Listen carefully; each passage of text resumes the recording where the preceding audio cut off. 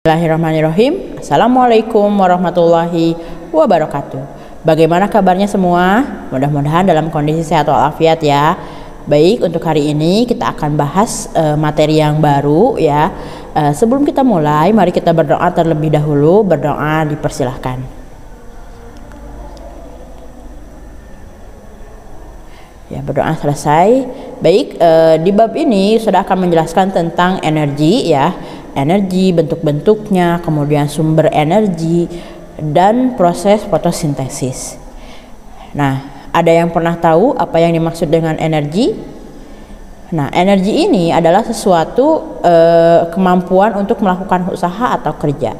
Ya, bayangkan aja contohnya seperti ini. Ketika kalian naik mobil ya, berangkat ke sekolah atau berangkat kemanapun, akan mengendarai mobil ya, akan menggunakan mobil. Ketika misalnya mobil itu tidak punya bensin atau tidak diisi bensin gitu ya, kosong bensinnya, apakah mungkin mobil itu bisa melaju atau bisa bekerja atau bisa melakukan gerak? Nah, sulit ya untuk mobil yang tidak punya bensin untuk melakukan melaju atau untuk bergerak. Nah, atau misalnya ketika kita di pagi hari dalam kondisi yang lapar, lemas gitu ya, tidak ada tenaga, belum makan dan sebagainya, apakah kita bisa melakukan banyak hal atau apakah kita bisa melakukan banyak aktivitas? Tentu tidak. Nah, yang membuat kita bisa bekerja, yang membuat mobil bisa melaju, yang membuat mobil bisa bergerak, itu adalah energi. Nah, dari sana kita bisa paham bahwa energi itu adalah sesuatu ya yang membuat manusia, yang bisa membuat benda itu mampu untuk melakukan kerja, mampu untuk melakukan usaha ya.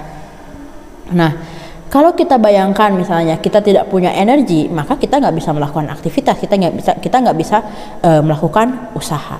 Sama halnya juga dengan yang lain, misalnya energi apalagi yang kalian tahu gitu, misalnya di lingkungan sehari-hari. Misalnya kita tahu ada energi listrik. Kalau nggak ada listrik, kita nggak bisa menyalakan alat-alat elektronik. Artinya, ketika tidak ada energi listrik, maka alat-alat elektronik itu tidak bisa bekerja. Atau misalnya pada lampu ya, pada lampu ketika listrik tidak dialirkan ke lampu, maka lampu tidak bisa menyala. Nah, energi listrik yang bekerjanya adalah elektron. Elektron bergerak dari sumber listrik ke benda atau ke alat-alat elektronik. Nah, kalau elektronnya tidak bergerak, maka alat-alat elektronik itu tidak bekerja juga gitu ya. Seperti itu. Itu yang dimaksud dengan energi. Nah, energi ini disimbolkan dengan huruf E dan satuannya itu adalah joule. Kenapa joule? Karena yang menemukan energi pertama kali itu adalah James Prescott Joule ya. Jadi karena dia yang menemukan tentang konsep energi, maka pada saat itu untuk menghargai jasanya beliau dituliskan satuannya dalam rumusan atau perhitungan tentang energi. Nah, sekarang kita akan bahas tentang bentuk-bentuk dari energi. Energi ini punya beberapa bentuk ya. Nah, bahkan in the universe ya, dalam seluruh dunia ini, di dunia ini sebenarnya adalah berbentuk energi.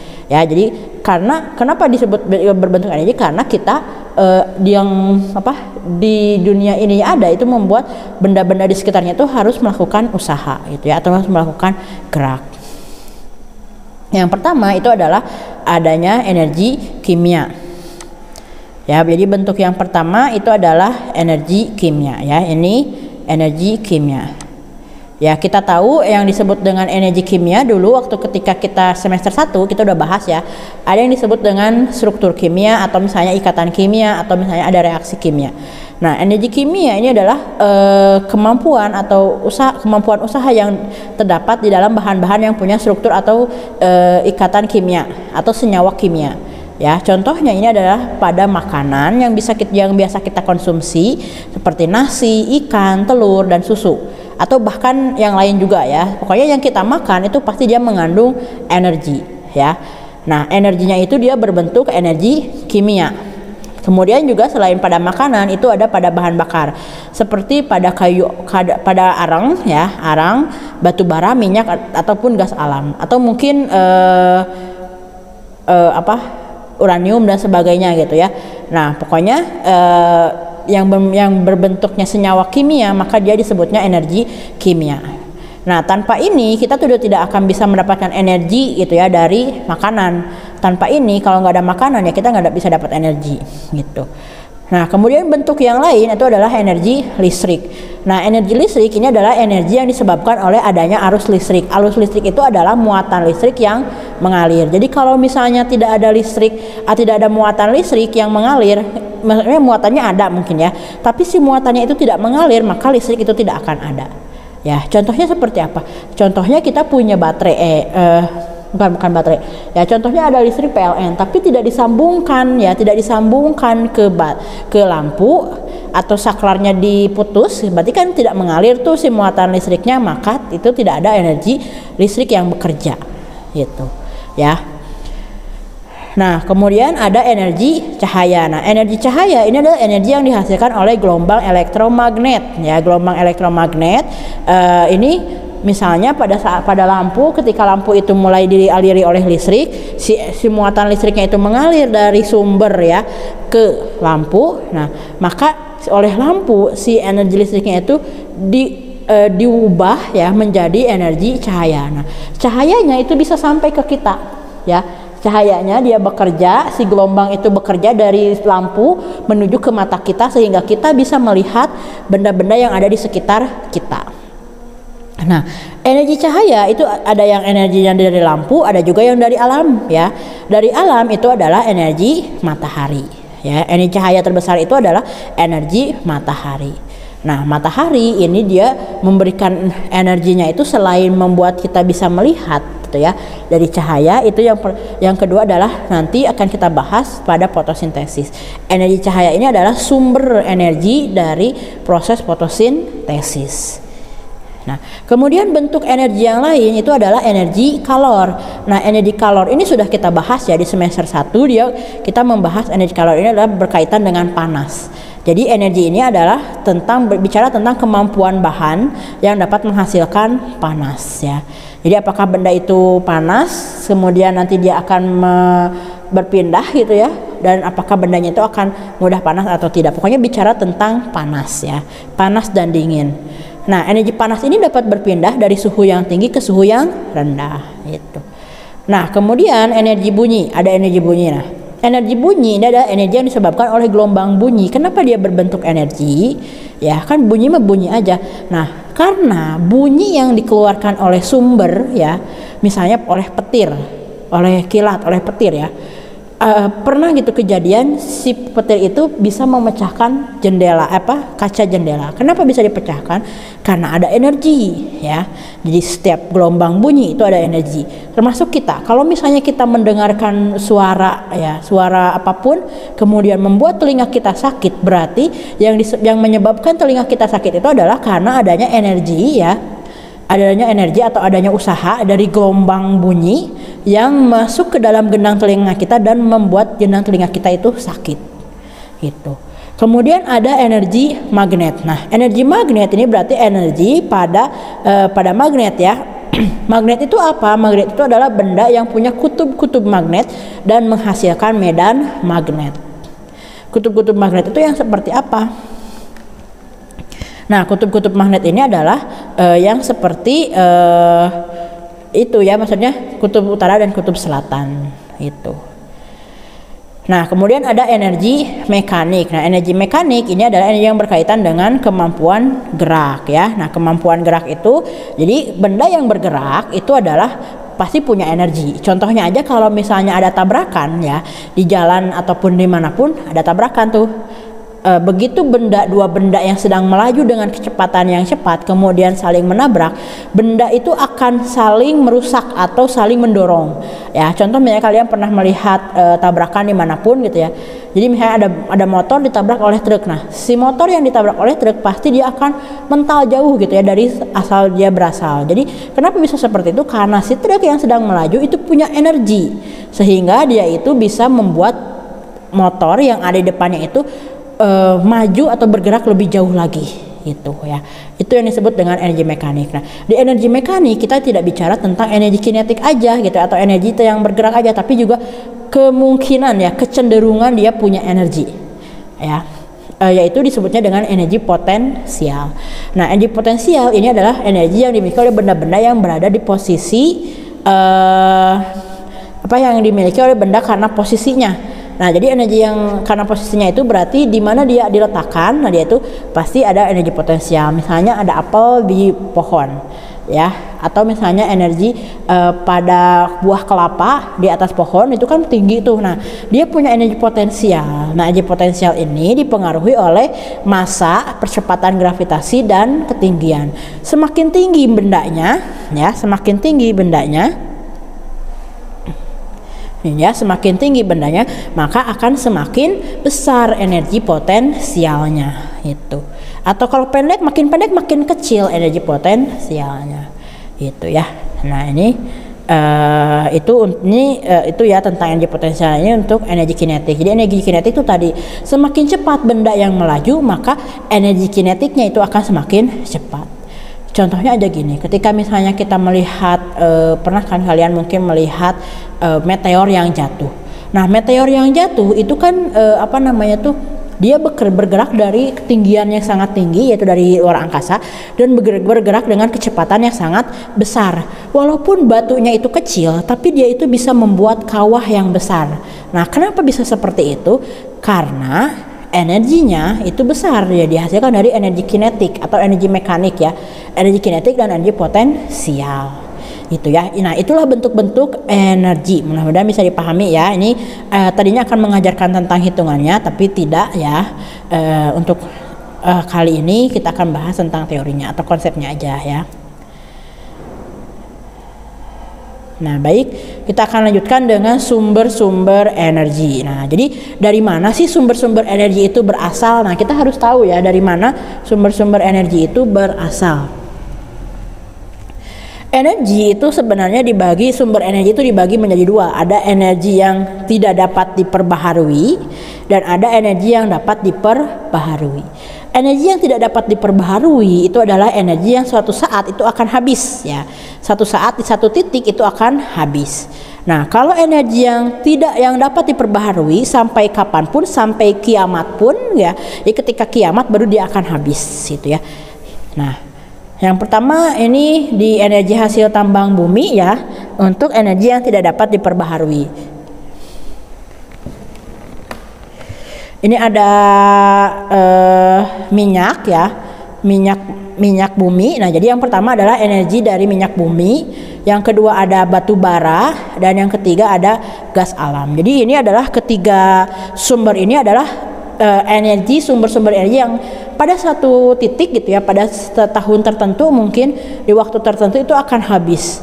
Banyak ilmuwan yang memprediksikan mungkin akan habis 30 tahun lagi, 60 tahun lagi, 100 tahun lagi. Bahkan mungkin sebenarnya ada teori yang mengatakan bahwa energi yang tidak dapat diperbaharui itu tidak akan habis, ya. Jadi banyak teori, tapi ini ilmu yang banyak beredar sampai saat ini, ketiga dari energi ini tuh akan habis, ya. Nah, ini sumber energi ini semuanya dimiliki oleh kita, ya, di Indonesia. Minyak bumi banyak kilangnya, gitu, ya. Gas alam banyak di Aceh, ya, terutama sumbernya. Kemudian batu bara di Kalimantan banyak, ya. Jadi ini tuh Indonesia kaya akan sumber-sumber daya alam ini. Nah, selain ketiga ini, energi yang tidak dapat diperbaharui adalah energi nuklir, ya, sumber dari energi nuklir. Jadi energi nuklir ini kenapa dikatakan tidak dapat diperbaharui? Karena bahan bakar nuklir itu adalah menggunakan sumber daya alam juga, ya, yang berasal dari fosil, yaitu adalah uranium. Jadi uranium ini letaknya ada di bawah tambang emas. Jadi untuk kita bisa mengambil uranium itu kita harus menggali dulu emas. Nah, di bawah emas itu rata-rata adalah uranium. Dan nuklir ini sebenarnya sumber energi yang baik, tapi belum banyak dimanfaatkan oleh negara-negara berkembang karena memang butuh teknologi yang aman, ya, yang bisa mengurangi resiko radioaktif, ya. Jadi pada akhirnya kenapa energi nuklir ini tidak banyak digunakan karena memang resiko radioaktifnya itu yang masih jadi pertimbangan, apalagi di Indonesia yang rawan gempa, apalagi di Indonesia yang bencana alamnya itu mudah gitu ya, banyak, bahkan hari ini aja bencana alam di mana-mana gitu kan. Nah, dulu aja di Jepang tahun 2011 ketika tsunami itu Jepang kehilangan satu PLTN ya, pembangkit listrik tenaga nuklir di Fukushima. Ya, dan itu menyebabkan bencana radioaktif ya di sekitarnya. Nah, menurut ahli, bahan bakar fosil ini akan habis 30 tahun lagi. Ini berita ini dikeluarkan tahun 2011. Nah, berarti katanya 2041 itu akan habis itu ya. Untuk minyak bumi. Nah, kalau misalnya untuk bahan bakar gas itu sekitar 70 sampai 80 tahun lagi. Batu bara itu bisa lebih lama lagi, 120 tahun lagi. Jadi walaupun kita nggak tahu kiamat kapan, tapi menurut ahli bahan bakar fosil yang tadi kita bahas itu di satu titik ya, di tahun tertentu, di waktu tertentu itu akan habis. Nah, kira-kira bagaimana mengatasi masalah ini? Maka kita harus menggunakan energi yang lain, sumber energi yang lain ya, dengan alternatif yang lain yang kemungkinan habisnya itu tidak ada gitu ya, atau kita bisa sebut energinya abadi gitu. Nah, apa saja? Ya, nah ini adalah sumber energi terbarukan. Jadi sumber energi ini tidak akan habis saat dipakai. Ya, sumber energi saat ini yang mulai dikembangkan ya, yang termasuk sumber energi terbarukan itu adalah biogas dari kotoran ternak, air yang mengalir, angin dan panas matahari. Ya, selama ada manusia di bumi ya, selama ada makhluk hidup di bumi, maka kotoran ternak pasti ada gitu ya. Kecuali kalau semua orang sudah jadi vegan kayaknya ya. Kalau semua orang jadi vegan, nggak makan kambing, nggak makan sapi, kayaknya habis sih gitu ya. Tapi nggak mungkin juga gitu ya. Kemudian air mengalir jelas pasti masih ada ya. Air di laut masih banyak ya. Sungai juga alhamdulillah walaupun kotor masih ada ya. Angin, apalagi angin pasti akan selalu ada ya, gak mungkin di bumi selama masih ada manusia anginnya habis ya, gak mungkin. Kemudian ada panas matahari. Nah, panas matahari juga sama, matahari akan hilang ya kapan ya, pada saat kiamat, bahkan kiamat pun masih ada ya matahari. Nah, jadi inilah sumber-sumber energi yang bisa mengganti sumber energi yang tadi yang mungkin akan habis gitu ya. Nah, pertama kita akan bahas tentang biogas. Jadi biogas ini adalah energi yang dihasilkan oleh aktivitas anaerobik atau fermentasi ya. Fermentasi itu kita bayangkan seperti yogurt, membuat yogurt. Jadi ada keluar gas-gasnya gitu. Ada alkoholnya ya, kalau di yogurt kan di bahan-bahannya ada yang keluar alkohol atau yang lain. Nah, kalau di sini itu bisa mengeluarkan gas metana ya. Gas metana. Nah, ini diambil dari kotoran manusia dan hewan, atau misalnya limbah domestik rumah tangga ya, seperti bekas-bekas sayuran gitu kan, bekas sisa-sisa, pokoknya sisa-sisa misalnya bungkus pisang dan bungkus daun pisang dan sebagainya. Kemudian ada sampah biodegradable ya, atau yang bisa dimanfaatkan kembali ya. Nah, ini dimasukkan ke dalam satu tempat ya seperti ini. Nanti dikasih bakteri. Nah, bakterinya itu nanti ketika memakan kotoran-kotoran tadi akan menghasilkan gas metana ya, dan karbon dioksida. Nah, gas metana ini bisa disalurkan sampai ke ke rumah-rumah warga ya. Bahkan atau mungkin digunakan gasnya itu untuk memanaskan air dan menghasilkan uap. Nah, uapnya itu bisa digunakan untuk menghasilkan listrik gitu ya. Itu. Nah, jadi ini bermanfaat dari mana aja nih? Dari sini, dari tanaman, sisa-sisa kotoran hewan ternak, dari sisa-sisa ini gitu ya, masukkan ke sini gitu. Nah, contohnya ini tempat penampungan kotorannya ya, atau sisa-sisa perkebunan, sisa-sisa sampah rumah tangga. Nah, dalamnya tuh seperti ini. Jadi ada ini kotorannya, ini ada gasnya. Gasnya ini nanti disalurkan sampai bisa menyalakan kompor kayak gini.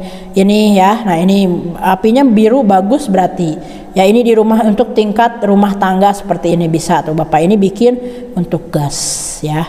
Nah, ini bisa membantu untuk orang-orang yang tidak bisa membeli gas tabung sebenarnya gitu ya. Apalagi di daerah perkampungan yang masih banyak hewan ternak ya, itu sangat bisa membantu kebutuhan warga mengenai sumber energi ini. Nah, kemudian ada PLTA. PLTA itu adalah pembangkit listrik tenaga air ya. Nah, ini mengandalkan energi potensial dan kinetik dari air untuk menghasilkan energi. Kenapa? Karena si airnya itu dibuat tinggi ya, kemudian dialirkan ke daerah yang lebih rendah. Nah, kan airnya mengalir lebih deras ya, mengalir dengan deras. Nah, air yang mengalir itu dia akan menggerakkan turbin. Nah, turbin itu kan muter gitu ya, muter. Nah, gerakan turbin yang berputar itu dia akan digunakan untuk oleh generator, diubah ya geraknya itu menjadi energi listrik ya. Nah, jadi gerak turbin yang diputar oleh air nanti diubah oleh generator menjadi listrik. Nah, di listrik itu ditingkatkan si besar tegangannya oleh transformator ya, disalurkan ke kabel-kabel yang tinggi ya. Kemudian nanti diubah lagi tegangannya sampai cocok untuk rumah tangga, dimasukkan ke rumah-rumah ya. Nah, listrik ini yang kita terima sampai hari ini dari PLTA. Jadi PLTA di Sukabumi ya, maksudnya yang memasok Sukabumi itu kalau nggak salah Saguling dan Waduk Cirata ya. Jadi kita masih memanfaatkan PLTA ya kebanyakannya. Nah, ini pembangkit listrik tenaga airnya, ini ada yang pakai waduk ya seperti ini. Ini untuk tingkat yang lebih sederhana, bisa dimanfaatkan di pedesaan yang belum ada PLTA besar. Nah, dia menggunakan aliran sungai kayak gini tuh. Ya, ini bisa banget ya dipakai. Kalau kalian mau misalnya di rumah pakai seperti ini ya silahkan, itu lebih baik ya. Kemudian pembangkit listrik tenaga angin. Nah, kalau tadi yang menggerakkan turbinnya ya air, kalau ini adalah angin. Jadi sebenarnya prinsipnya sama. Prinsipnya pada air dan turbin itu sama, pada air dan angin itu sama. Hanya siapa yang menggerakkan turbinnya. Kalau tadi di air itu ya air, kalau di angin itu angin. Jadi angin yang berhembus kencang itu dimanfaatkan untuk menggerakkan kincir angin. Nah, kincir angin ini dipasang generator mengubah gerak ya putaran dari kipas angin, kincir angin menjadi listrik. Nah, listriknya dimanfaatkan untuk di rumah tangga. Di Indonesia kalau nggak salah ya, pembangkit listrik tenaga angin itu baru ada satu ya, seingat Ustadzah itu di daerah di Pulau Sulawesi. Kenapa nggak di semua tempat ada dipasang tenaga angin? Karena tidak semua tempat anginnya besar ya. Jadi membutuhkan angin yang besar, yang kencang gitu ya, untuk membuat pembangkit listrik tenaga angin. Di mana tuh yang kayak gitu? Bisa di pegunungan sebenarnya ya, atau di laut mungkin. Pokoknya harus dicari yang anginnya itu besar. Nah, yang selanjutnya itu adalah energi dari matahari. Nah, ini energi matahari itu adalah energi yang paling besar dan paling gampang didapatkan ya. Jadi di Indonesia dimanapun kamu berada, mataharinya itu selalu terik gitu ya, kecuali musim-musim hujan. Tapi musim hujan pun nggak full, kita itu nggak full yang mendung gitu kan. Beda dengan negara-negara di Eropa atau di utara atau di selatan, mereka itu pada saat musim dingin cenderung beberapa bulan itu akan gelap ya. Apalagi di kutub ya, mendekati kutub itu mataharinya semakin tidak ada. Ya, jadi mereka itu bahkan bisa mengalami siang yang sangat sebentar, ya, mengalami siang yang sangat sebentar itu. Nah, untuk energi matahari ini bisa dimanfaatkan untuk apa? Untuk membuat energi listrik, energi panas, dan energi kimia. Listrik nanti kita bahas ya setelah ini. Nah, untuk energi panas ini sudah mulai orang-orang tuh membuktikan kita bisa memasak telur di bawah sinar matahari.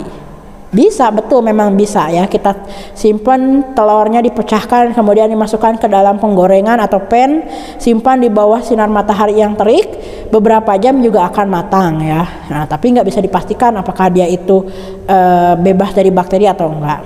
Nah, kemudian selain itu juga energi cahaya matahari ini bisa dimanfaatkan untuk menghasilkan energi kimia pada tumbuhan.